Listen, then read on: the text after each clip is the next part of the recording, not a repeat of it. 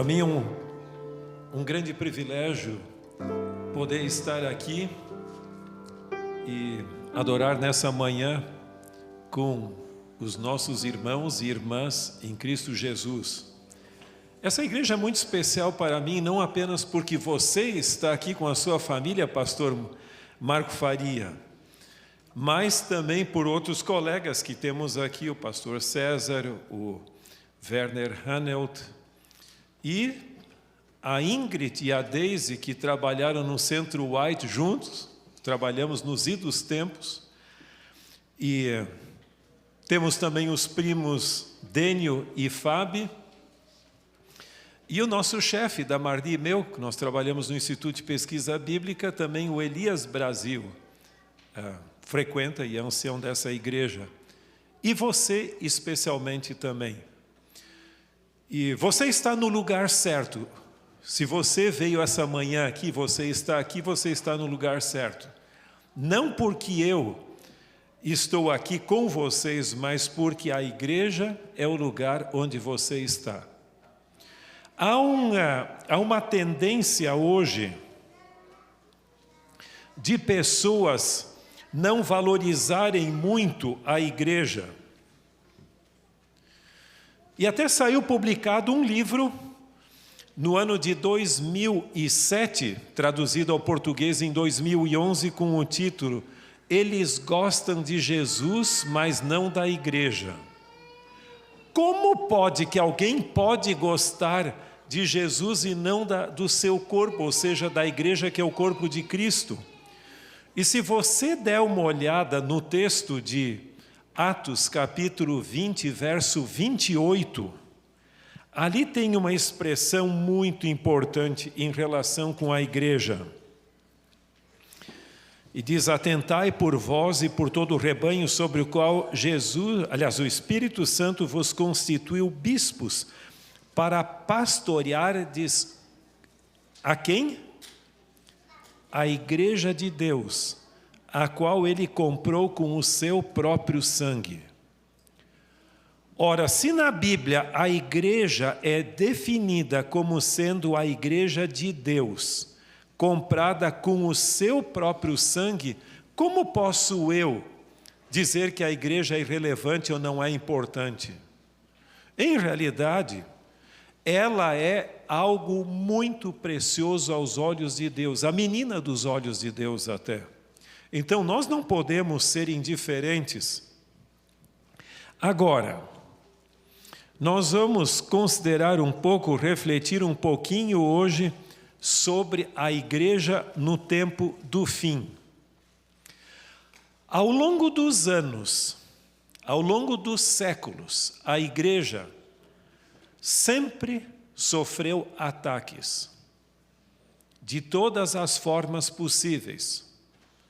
Mas se eu leio bem o texto bíblico e também o que Ellen White diz sobre o assunto, a igreja seria o objeto especial dos ataques satânicos nos últimos dias. E eu poderia lhe dizer, sem medo de errar, que nunca a igreja foi tão atacada como hoje, em nossos dias. E se você tem dúvidas, basta entrar na internet e você vai ver. E veja, há um texto importante em Apocalipse capítulo 12, verso 12, e depois é complementado pelo verso 17, que diz: ai da terra e do mar, pois o diabo desceu até vós cheio de grande cólera, sabendo que pouco tempo lhe resta. E então o verso 17, irou-se o dragão contra a mulher e foi pelejar contra os restantes de sua descendência, os que guardam os mandamentos de Deus e têm o testemunho de Jesus. Esse texto deixa claro que porque o diabo está consciente de que pouco tempo lhe resta, os seus ataques acabam se tornando cada vez mais fortes. E se isto foi uma realidade na época que o apóstolo João escreveu o Apocalipse, muito mais nesses dias. Afinal de contas, nenhuma geração esteve tão próxima da segunda vinda como a nossa. E nós nunca tivemos tão próximos como hoje, em relação com ontem. Agora, algumas pessoas dizem que a igreja é importante, tem o seu papel, mas que afinal de contas, no finzinho da história humana, ela vai se tornar irrelevante e cada um vai viver a sua vida cristã por sua própria conta. Não sei se você já viu esse discurso. E eles dizem o seguinte, não, a organização vai desaparecer. Então não é tão importante. O importante é a igreja, povo de Deus, e não a organização da igreja. Eu gostaria de refletir um pouquinho sobre isso. Alguns dos desafios que a igreja enfrenta hoje. E o que que nós temos, qual a visão que nós deveríamos ter sobre a igreja nesses dias desafiadores da história humana para que não sejamos levados à deriva, ou quem sabe, crermos em algumas ideias que não têm fundamento inspirado. Eu gostaria de começar refletindo um pouquinho sobre a complexidade de um mundo globalizado no qual nós vivemos. Sabe que o mundo de hoje é completamente diferente do passado.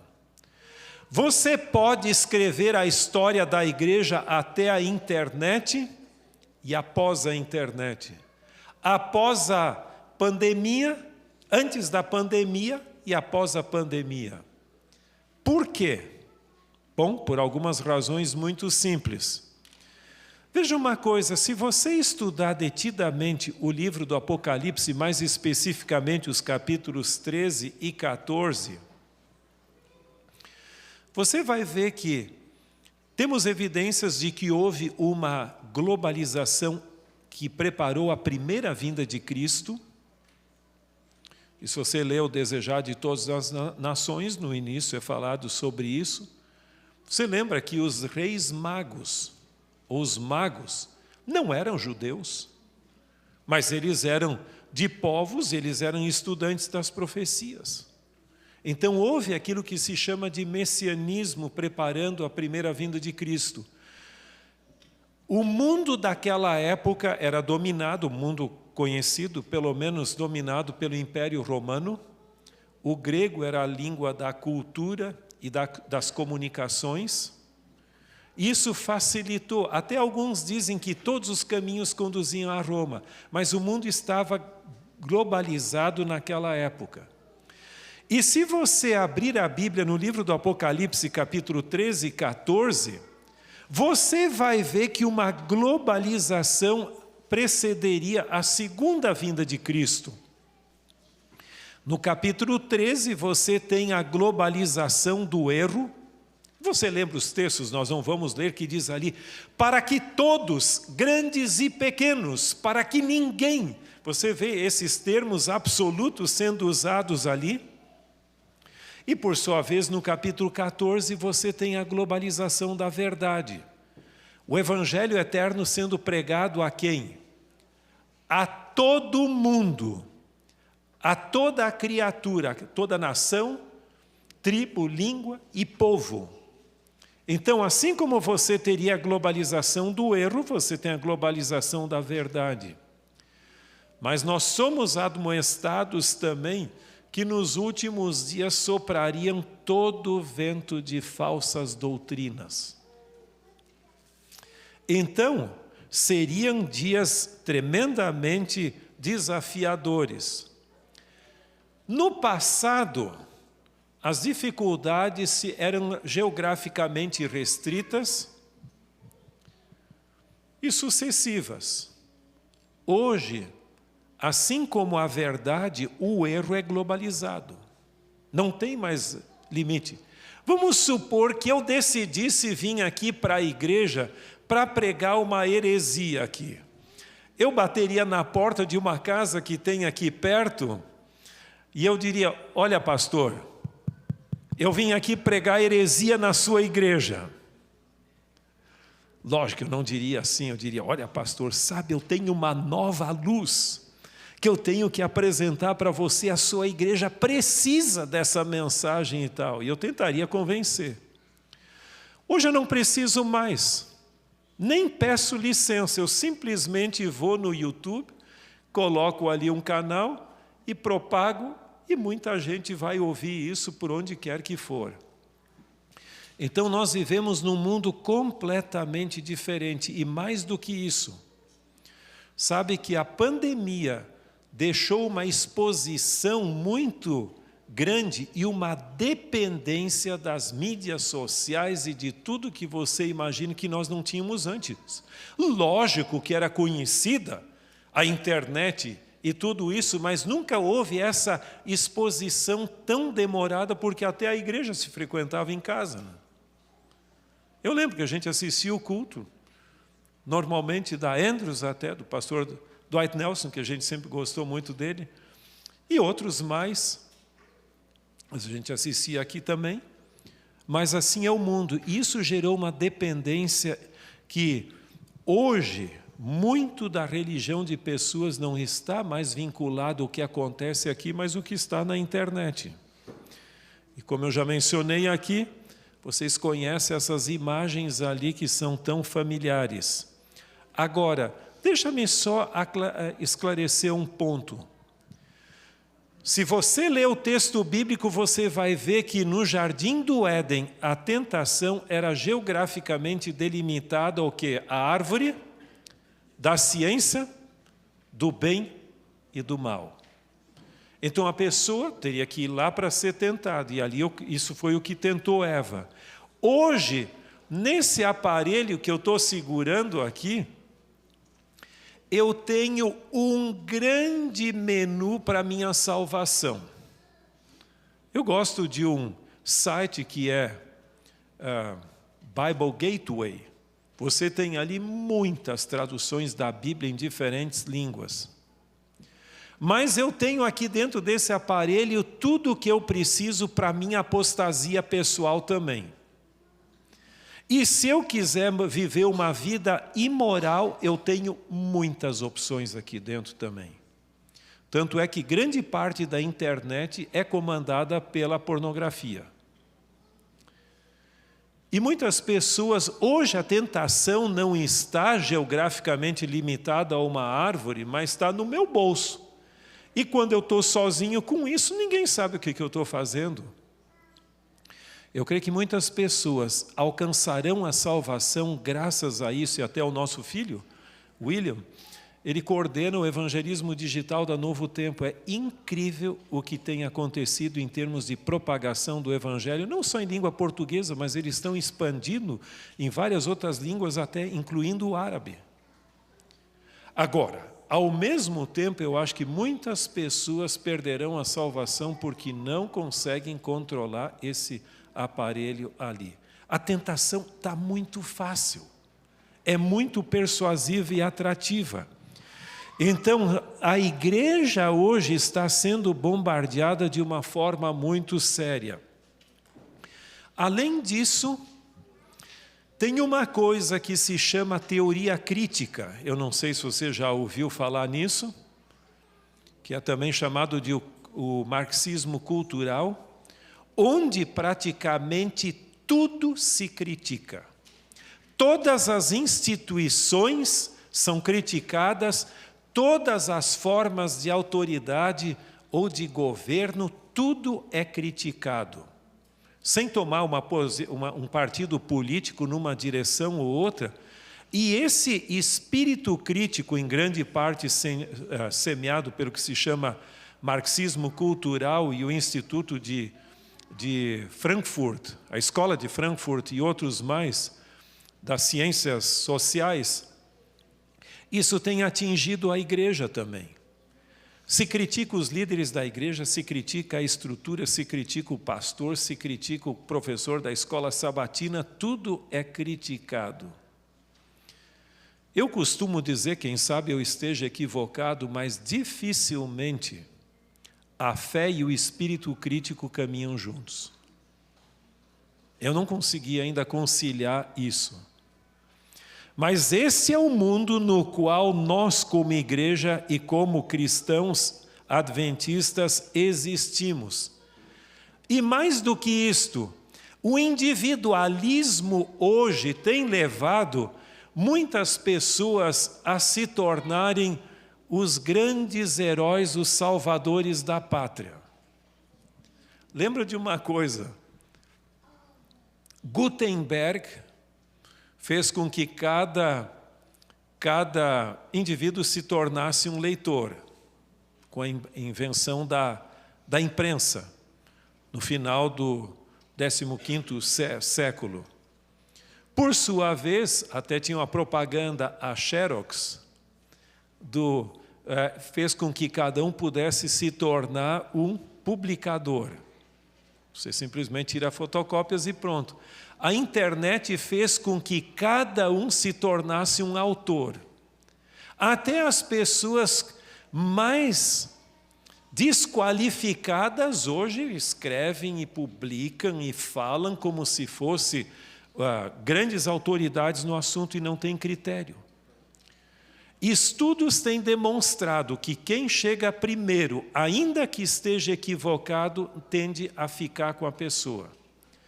Portanto, se você tem acesso à distorção doutrinária ou à distorção da mensagem antes de chegar à verdade, é difícil mudar a sua cabeça. Isso é um grande risco que se corre. Alguém até me falou que uns 70% das pessoas que são expostos à distorção, quando chega a verdade, eles não voltam. Eu não sei se alguém de vocês já assistiu um velho filme da década de 80 chamado Amadeus, A Vida de Mozart, o grande compositor austríaco.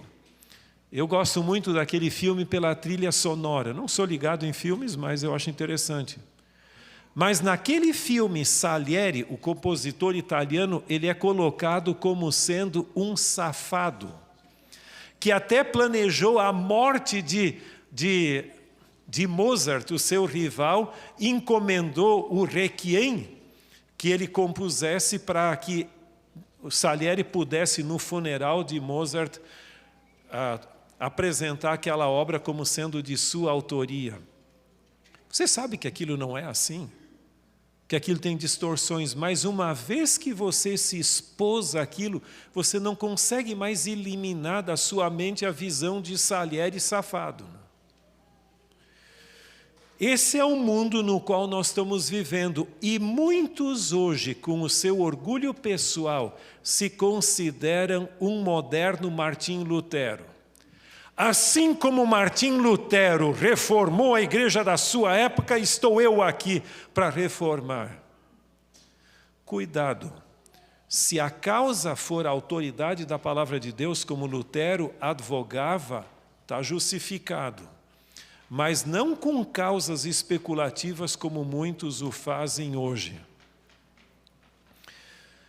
Hoje tem algumas coisas, olha, desculpe a liberdade, o problema, pastor, é que você me deu liberdade de escolher o que eu queria falar, então, sabe que a gente acaba.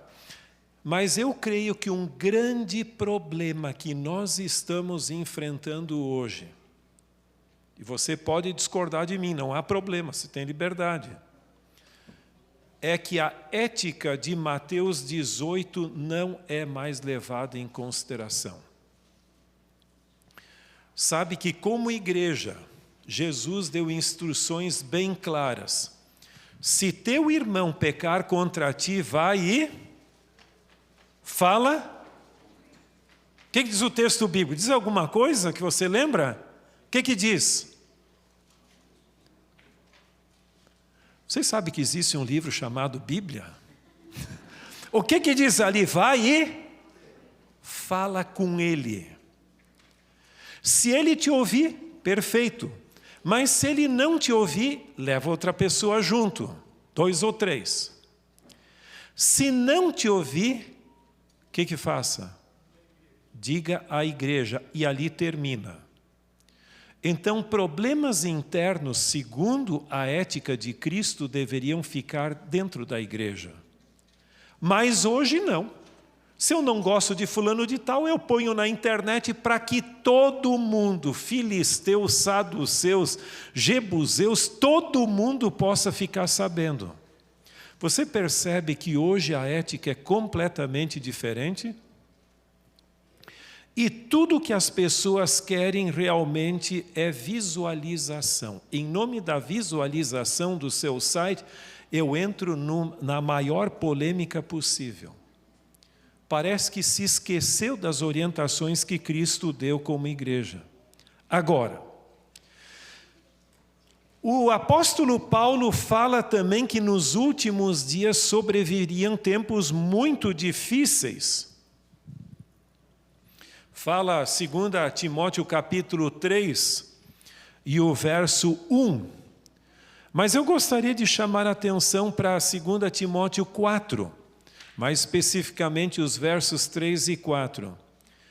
Pois haverá tempo em que não suportarão a sã doutrina, pelo contrário, cercar-se-ão de mestres segundo as suas próprias cobiças, como que sentindo coceira nos ouvidos, e se recusarão a dar ouvidos à verdade, entregando-se às fábulas. Aqui fala que nos tempos finais, e eu creio que nós estamos vivendo neles, muitos não suportariam a sã doutrina, mas se entregariam às distorções. E sabe como isso acontece? Se você quiser ficar famoso, eu tenho a receita. Você precisa de 3 coisas. Em primeiro lugar, você deve ter uma aparência de honestidade. Você não precisa ser honesto, mas faz de conta que é honesto. E as pessoas creem. Em segundo lugar, você deve usar manipulação psicossocial. E a gente sabe as técnicas de manipular pessoas. Nós não deveríamos usá-las, mas a gente conhece. Em terceiro lugar, diga o que ninguém disse e as pessoas vão se impressionar. Caramba, que conhecimento! É Deus no céu e esse indivíduo na terra. Cuidado com isso, porque nem tudo que brilha é ouro. E hoje nós temos muitas vozes tentando conseguir a nossa atenção com estas fábulas. Veja, vamos ler alguns textos de Ellen White. Veja o que ela diz aqui. E isso é muito importante. Isso é tirado originalmente do livro Spirit of Prophecy, volume 4, que é o antecessor à versão final do grande conflito que nós conhecemos. O capítulo compensa ser lido, onde fala sobre os enganos de Satanás. Ellen White, nesse capítulo, ela teve a oportunidade de ver uma reunião de Satanás com seus anjos, tentando traçar estratégias para enredar o povo de Deus nos últimos dias. Dá a impressão, ela não diz isso, mas dá a impressão que um demônio diz uma coisa, outro diz outra, mas ele assume a liderança da reunião e finalmente diz. E aqui veja o que ela diz antes. Ao se aproximar o povo de Deus dos perigos dos últimos dias, faça Satanás ardorosa consulta com seus anjos quanto ao plano de maior êxito no sentido de lhes transtornar a fé. E aí ela diz: esses que insistem em guardar o sábado de Deus em lugar do nosso sábado, ou seja, do falso sábado, terão que ser silenciados. E, se necessário, usaremos a força para isto. Então, aqueles que dizem que leis dominicais é só coisa lá para o espírito anticatólico do século XIX, que Ellen White se deixou levar, então você tem que dizer que também Satanás se tornou mais amiguinho. Que ele tentaria perseguir o povo de Deus, mas não mais hoje. Ela diz bem claramente que isso é parte das estratégias dele. Mas agora vem o ponto que eu gostaria de destacar. levá-los-emos então a concluir que as reivindicações de Cristo são menos estritas do que uma vez creram e que pela conformação com o mundo exercerão maior influência sobre os mundanos. Você percebeu o que Ellen White está dizendo aqui?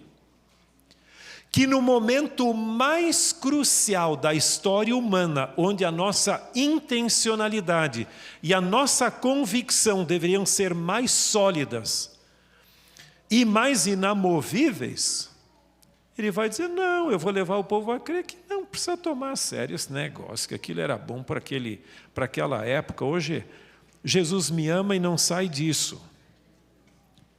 E ela continua dizendo, assim os separaremos de Cristo e eles não terão poder para vencer os nossos sofismas.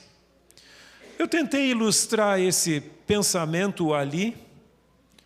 Eu creio que até mais ou menos o ano de 1980, nós éramos poderosos no uso da Bíblia.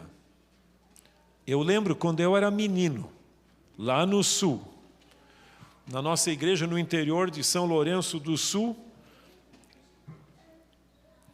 eu tinha concursos. O programa JA era de ensinamento da Bíblia, de conhecimento da Bíblia. Então tinha o concurso de como achar textos bíblicos rápidos. Eu me impressionava com minha irmã, que era 18 anos mais velha do que eu. Parece que a Bíblia abria automaticamente, ela sempre ganhava os concursos de achar textos bíblicos. Você tinha que saber também a sequência de livros bíblicos. Ainda hoje, meu pai repetia em alemão, Galata, Efesa, Filipa, Colossa, Tessalônica, e eu, quando eu vou encontrar um texto do Novo Testamento, me vem sempre à mente esse texto, essa sequência ainda. Mas por algumas razões que o tempo não nos permite, dá a impressão que aquele tempo passou e o sólido conhecimento da palavra de Deus é tido hoje como parte de uma obsoleta religião legalista, que deve ser substituída por uma religião relacional sem convicção. Meramente Jesus me ama, e não sai muito disso. A pergunta que eu gostaria de fazer é por que quando nós estávamos mais distantes da segunda vinda, nós éramos mais convictos e com maior solidez? E vários brasileiros ganharam um concurso internacional da Bíblia em Jerusalém até. E hoje que nós estamos mais perto da segunda vinda de Cristo, quando todo o vento de falsas doutrinas estariam soprando, nós estamos mais sucateados, mais fragilizados. Você acha que é mera coincidência? Eu creio que isso é planejado e muito bem planejado com base no texto que nós acabamos de ler.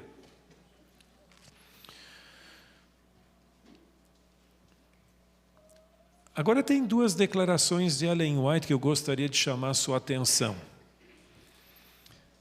A primeira delas vem do livro da meditação matinal Cristo Triunfante, onde diz: os que pensam não ser importantes se creem na doutrina, conquanto que creem em Jesus Cristo, encontram-se em terreno perigoso. Por quê? Porque não existe a mente vazia. A teoria da mente vazia é utópica e é uma ilusão.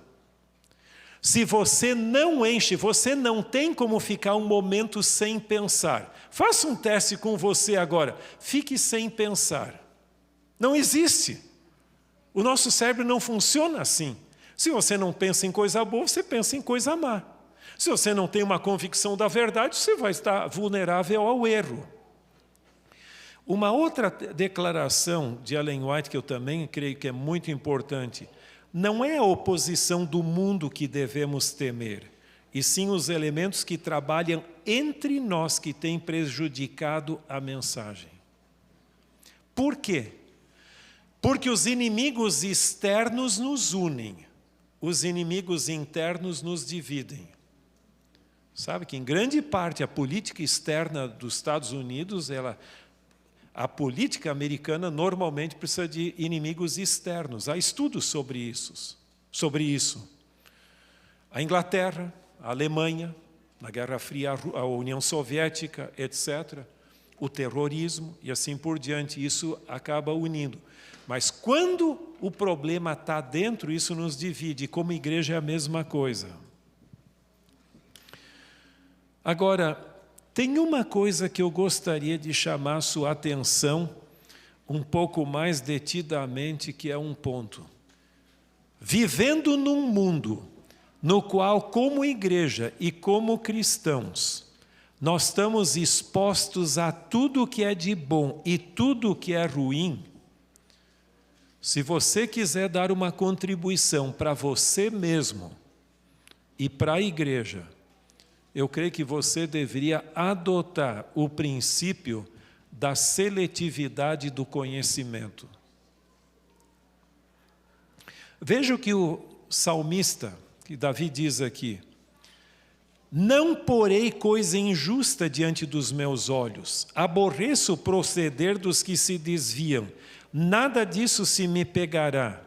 Longe de mim o coração perverso, não quero conhecer o mal. Não há de ficar em minha casa o que usa de fraude, o que profere mentiras, não permanecerá ante os meus olhos. Sabe que nós somos bombardeados com tanto conhecimento, com tanta informação hoje, que não há como nós sobrevivermos com tudo. Tanto é que alguns intelectuais hoje, entre eles Humberto Eco, o autor do Nome da Rosa, etc., eles têm enfatizado a questão da seletividade do conhecimento. Agora, um dos textos bíblicos mais mal compreendidos da Bíblia, no meu entender, é aquele que diz assim: julgai todas as coisas, retende o que é bom. Então dá a impressão que eu devo me expor a tudo que é ruim, tudo que é coisa, e eu vou reter alguma ideia, alguma coisa boa. Eu não creio que esse é o sentido. Então eu vou ler o máximo possível de pornografia e ver se vai me fazer bem, e eu tiro alguma coisa boa daquilo. Eu soube que muitas pessoas que têm caído moralmente, eles se expõem muitas vezes a esse tipo de coisas com um sentido didático. Bom, eu tenho que saber quais são os sites que os nossos jovens hoje acessam para poder aconselhá-los. Que é isso? Jesus não precisou cair em pecado para socorrer quem está em pecado. Ou eu vou ler o máximo possível de espiritismo, imaginando que eu não serei influenciado por isso? Não tem como. Nós não podemos nos expor. O grande problema é que muita gente que não conhece a verdade, como eu já mencionei, vem a distorção, fica com ela e depois não consegue mais superar. Há um outro texto. João, entre os apóstolos, era conhecido e ele se autodenomina como o quê? O discípulo a quem Jesus amava. E você pode dizer, não, ele é o que mais escreveu sobre o amor, ok, realmente. O que ele na sua segunda epístola ou carta? Todo aquele que ultrapassa a doutrina de Cristo e nela não permanece, não tem Deus. O que permanece na doutrina, esse tem tanto pai como filho. Se alguém vem ter convosco e não traz esta doutrina, não o recebais em casa, nem lhes deis as boas-vindas, porque aquele que lhe dá boas-vindas, faz-se cúmplice de suas obras. Eu acho que esse texto, colocando no nosso contexto hoje, não é simplesmente dar as boas-vindas à pessoa, mas dar as boas-vindas digitalmente também à pessoa. Quem não trouxer a sólida palavra de Deus para nós é dispensável. Sabe que eu gosto muito da posição dos reformadores.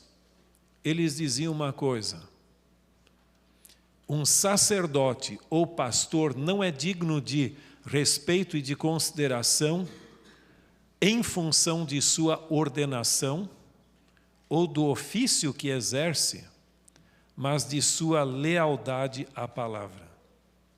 Eu não tenho autoridade em mim mesmo. Minha autoridade vem do Senhor e de minha fidelidade à palavra. No momento que eu me afasto da palavra, eu sou digno de censura e de reprovação. Hoje temos muita especulação andando por aí. Agora, talvez o maior desafio que como igreja nós enfrentamos hoje, além disso que eu mencionei, é a questão da organização em si, da igreja. Eu gostaria, antes da gente refletir um pouquinho sobre isso, de ler um texto do Testemunhos para Ministros, página 29, e esse texto seria bom você não esquecer, porque parece uma radiografia do que nós estamos enfrentando hoje. Satanás bem sabe que o sucesso apenas pode acompanhar a ação ordenada e harmoniosa. Ele engana até o povo professo de Deus. Ele faz-lhes crer que a ordem e a disciplina são inimigas da espiritualidade, que a única segurança para eles consiste em seguir cada qual o seu próprio rumo e, de maneira especial, permanecer separado das corporações ou organizações de cristãos que andam unidos e trabalham para estabelecer a disciplina e a harmonia de ação. Todos os esforços feitos para se estabelecer a ordem, ou seja, a organização da igreja, são considerados perigosos, tidos como a restrição da legítima liberdade e, por isso, são temidos como se fosse um arremedo do papado. Não sei se você já ouviu isso, alguns dizendo que a organização adventista é semelhante à católica, e assim como nós temos um papa na igreja católica, existe um papa também na igreja adventista e assim por diante. Ellen White já disse que isso seria um dos grandes estratagemas dos últimos dias. Agora, nós temos que reconhecer uma coisa que eu creio que é importante. Pessoas de origem de uma cultura católica, quando lhe perguntam o que é a igreja, eles dizem, bom, a igreja é a associação geral que fica aí em Silver Spring, tem as divisões, tem as uniões, associação, tem a tal de igreja, congregações locais e tem membrinho, né? Como se o que interessa fosse a estrutura da igreja. Já pessoas de países de origem protestante tendem a cair para o congregacionalismo. O que é a igreja? Não, a igreja somos nós, o povo de Deus. Ouvi falar que tem tal de associação, nem sei onde é que isso fica aqui. Também tem a tal de uniões. Puxa vida, tem divisão. Enquanto a união é de Deus, a divisão tem que ser do diabo, né? E eu ouvi falar que tem tal de associação geral, nem sei bem para que isso serve. Você percebe que são perspectivas diferentes de se ver a igreja? Qual é a melhor? A nossa mais hierárquica brasileira ou a americana mais congregacionalista? Eu acho que nenhuma delas. O ideal é o equilíbrio. Nós somos o povo de Deus, mas povo de Deus organizado. A organização não é perfeita, tem muito problema, mas é o que de melhor se consegue ainda hoje. E ela existe com um duplo propósito de manter a unidade da fé, ou seja, zelar pela mensagem e o cumprimento da missão. Veja, aqui tem uma declaração que também é muito pertinente para quem tem dúvidas sobre a continuidade da igreja. Alguns têm apresentado a ideia de que ao aproximar-nos do fim do tempo, cada filho de Deus agirá independente de qualquer organização religiosa. Mas fui instruída pelo Senhor de que nesta obra não há isto de cada qual ser independente. Por quê? Porque a organização é o princípio do céu. Eu creio que ao nos aproximarmos do final dos últimos acontecimentos, vamos perder instituições, alguns níveis organizacionais serão fechados, talvez associação geral, divisão, união, campo aqui, alguma coisa assim. Não é difícil perdermos os nossos templos. Mas ainda que alguns desses elementos sejam perdidos, o princípio da unidade e da organização de trabalharmos unidos como corpo de Cristo, sem um órgão do corpo competindo com o outro, é a lei do céu. E isso nós nunca deveríamos esquecer, não há lugar para o espírito independente. Tem uma coisa que eu acho que você nunca deveria esquecer. Eu vi, na época que eu estudei no IACS, no ensino médio, em Taquara, eu lembro que uma vez um pastor Mário Valente, não sei se alguém ouviu falar nele, pregou um sermão que me preocupou muito, onde ele dizia que o problema da igreja hoje não é falta de membros, é excesso de membros. Lembra Gideão e os 300? Começando lá com, sei lá, um grande 22 mil, depois foi descendo e coisa, etc. E finalmente ele só conseguiu a vitória com os 300. E ele disse o seguinte, naquela ocasião, que o problema não é falta de membros, é excesso de membros, não comprometidos. Em alemão até se usa uma expressão que se chama Mitläufer. Mitläufer significa, enquanto a carruagem, a procissão está andando ali, o gato e o cachorro estão juntos, nem sabe por que estão na procissão, mas estão juntos. Né? Chegará a sacudidura, onde a igreja será limpada desses que meramente ocupam um lugar e não têm compromisso. Agora, a grande pergunta crucial é, quando surgir a sacudidura, quem vai sair e quem vai ficar? Hoje nós temos muitas vozes dizendo que quem vai sair é o verdadeiro adventista para montar um movimento de maior santidade. O falso adventista que fique nesta apostatada corporação. E o verdadeiro adventista que saia para um movimento independente de maior santidade. Ellen White diz exatamente o oposto. Ela diz que o falso vai sair em apostasia e o verdadeiro vai ficar, e outros filhos de Deus se unirão para os eventos finais.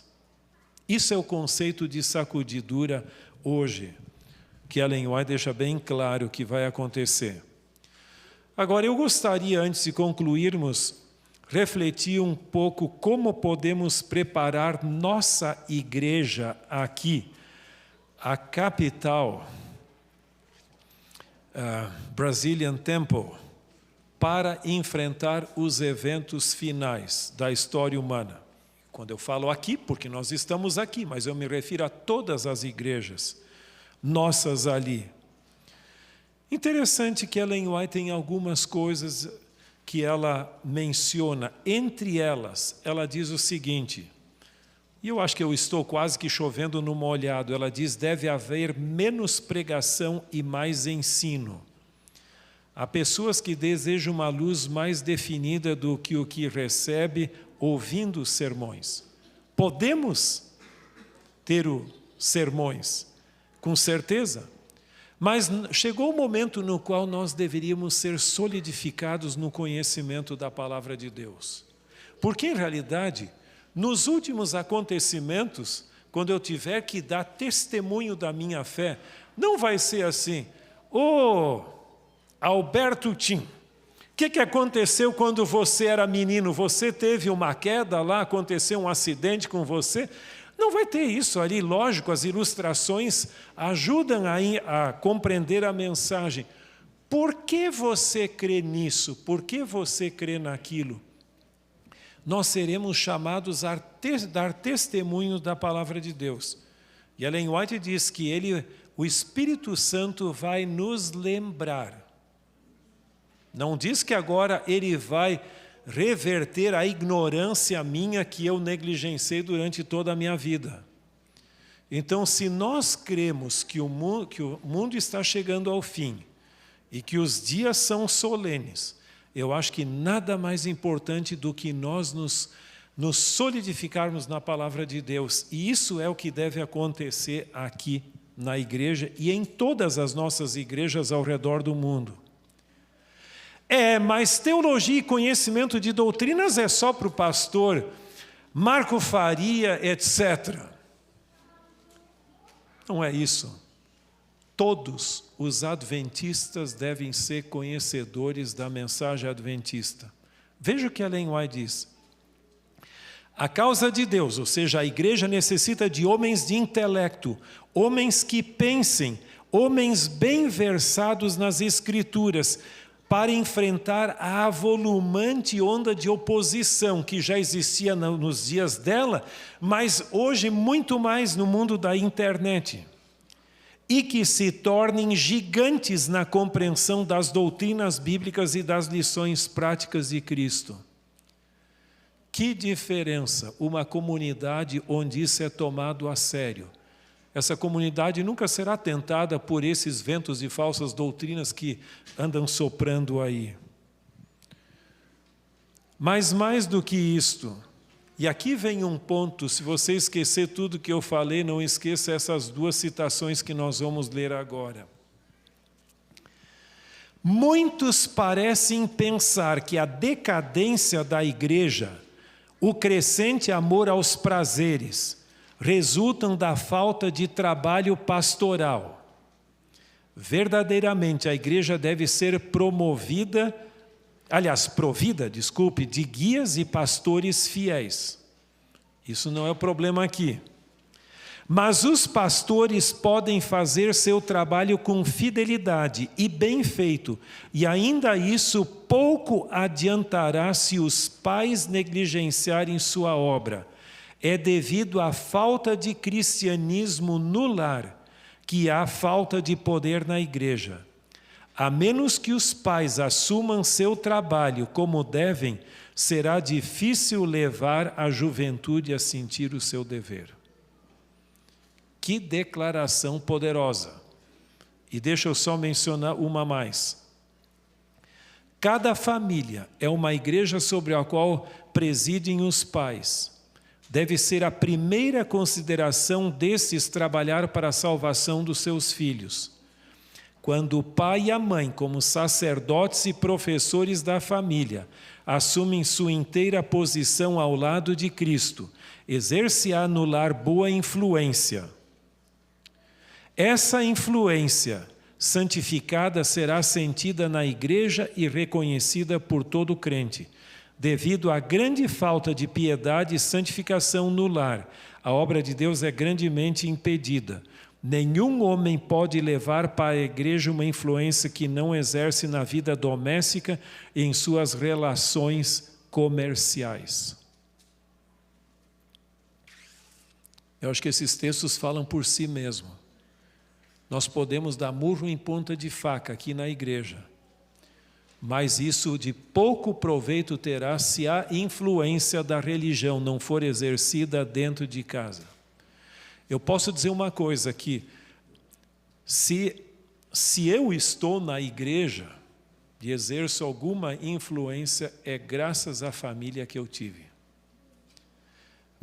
Todos os meus antepassados foram batizados no ano de 1905, portanto, há praticamente 120 anos, e na nossa família não tinha ninguém não adventista.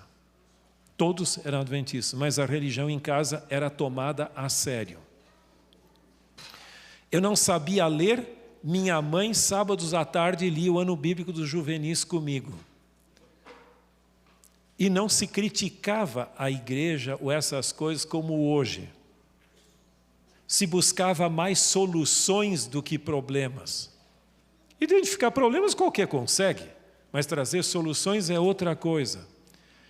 Se assinavam todas as revistas da casa publicadora e se comprava todos os livros. E meu pai não era, nós não éramos abastados assim, mas isso era uma prioridade.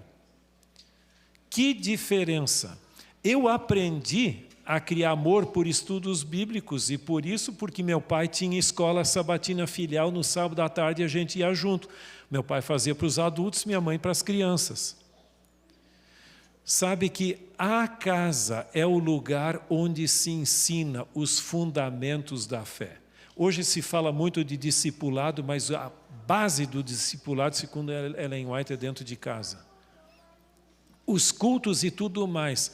Ali é que se formam as novas gerações. Se você for solteiro, não importa.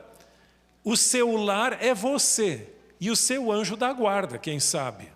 Mas é ali onde você vive no dia a dia é que a religião deve se manifestar.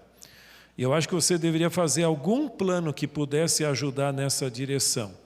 E nossas considerações finais, porque eu acho que eu falei mais do que eu intencionava, apenas algumas declarações, mas Ellen White diz: Deus tem na terra uma igreja que é seu povo escolhido, que guarda os seus mandamentos. Ele está guiando não ramificações transviadas, não um aqui, outro ali, mas um povo. Você, Deus ama a sua igreja e você deve amá-la também. E o seu lugar é aqui, em todos os cultos que houver. Agora, a igreja vai se esfacelar, ela é perfeita? Não é. Tem problema? Tem. Há pessoas que nem deveriam estar nas posições que exercem. Mas isso não é meu problema, é problema de Deus. Não há nenhuma necessidade de duvidar, de estar temeroso, que a obra não seja bem sucedida. Deus está à testa da obra e porá tudo em ordem. Caso haja coisas necessitando serem ajustadas na direção da obra, Deus atenderá a isso e trabalhará para endireitar todo o erro. Tenhamos fé que Deus vai conduzir a nobre nau que transporta o povo de Deus em segurança para o porto. A pergunta não é se a igreja vai triunfar, ela vai. A pergunta é se eu vou triunfar com a igreja. Essa que é a pergunta. E eu gostaria de concluir com uma declaração e um texto bíblico. Teodoro Beza foi o sucessor de João Calvino em Genebra. Em 1562, ele se defrontou com o famoso Duque de Guisa, responsável pela matança dos huguenotes franceses. E na coragem que ele tinha, ele fez a seguinte declaração: Senhor, na verdade é o destino da Igreja de Deus, em cujo nome estou falando, de suportar golpes sem revidá-los. Mas também seria bom lembrar que ela é uma bigorna que desgastou muitos martelos. Hoje se aplica essa declaração à Bíblia como a bigorna que desgastou muitos martelos, mas a declaração original foi de Teodoro Beza em relação com a igreja. Muitos críticos surgiram, como meteoros, e desapareceram. Eu algumas vezes já fui, muitas vezes, na sepultura de Kenwright, o maior crítico que essa igreja já teve, em Otsego, Michigan. E diante da sepultura dele, às vezes fiquei pensando quão diferente podia ter sido a história dele se ele tivesse sido mais humilde. O que vai ser, se Jesus vier, como as pessoas lembrarão você? Bom, fulano de tal era um fofoqueiro, era um indivíduo que só criticava os outros, que não trazia isso.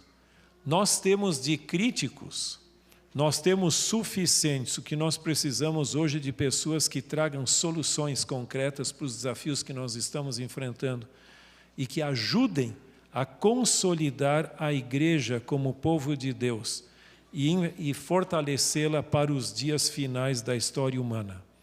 E a promessa, bom, aqui tem a ilustração da bigorna e do martelo, mas a promessa realmente é: toda arma forjada contra ti não prosperará, toda língua que ousar contra ti em juízo tu a condenará. Esta é a herança dos servos do Senhor e o seu direito que de mim procede, diz o Senhor. Que Deus possa colocar no seu coração uma convicção sólida, um compromisso com Deus e uma convicção em sua palavra e o amor à sua igreja. E que nós possamos avançar unidos até que essa igreja esteja no reino eterno com você e comigo juntos. Amém. Vamos colocar em pé para a oração?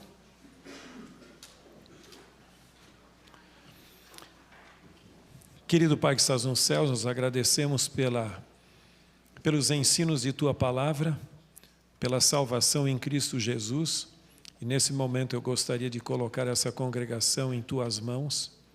Se há alguém que tem enfrentado dúvidas, dificuldades, que Tu possas nos dar a certeza que em meio aos vendavais de falsas doutrinas e dificuldades que o mundo oferece, Tu estás guiando esse povo rumo ao triunfo final. E quando Jesus voltar, e os fiéis de todas as épocas estiverem diante do Teu trono, que cada um de nós aqui estejamos lá sem que ninguém venha faltar. Tu possa abençoar ao pastorado dessa igreja, aos líderes e também a cada família aqui representada. Despeça-nos com a Tua bênção e paz em nome de Jesus. Amém.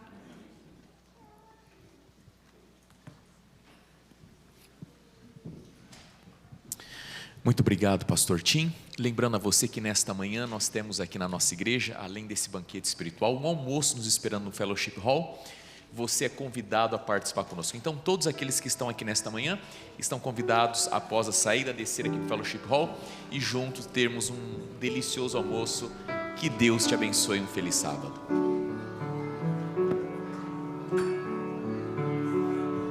Que a graça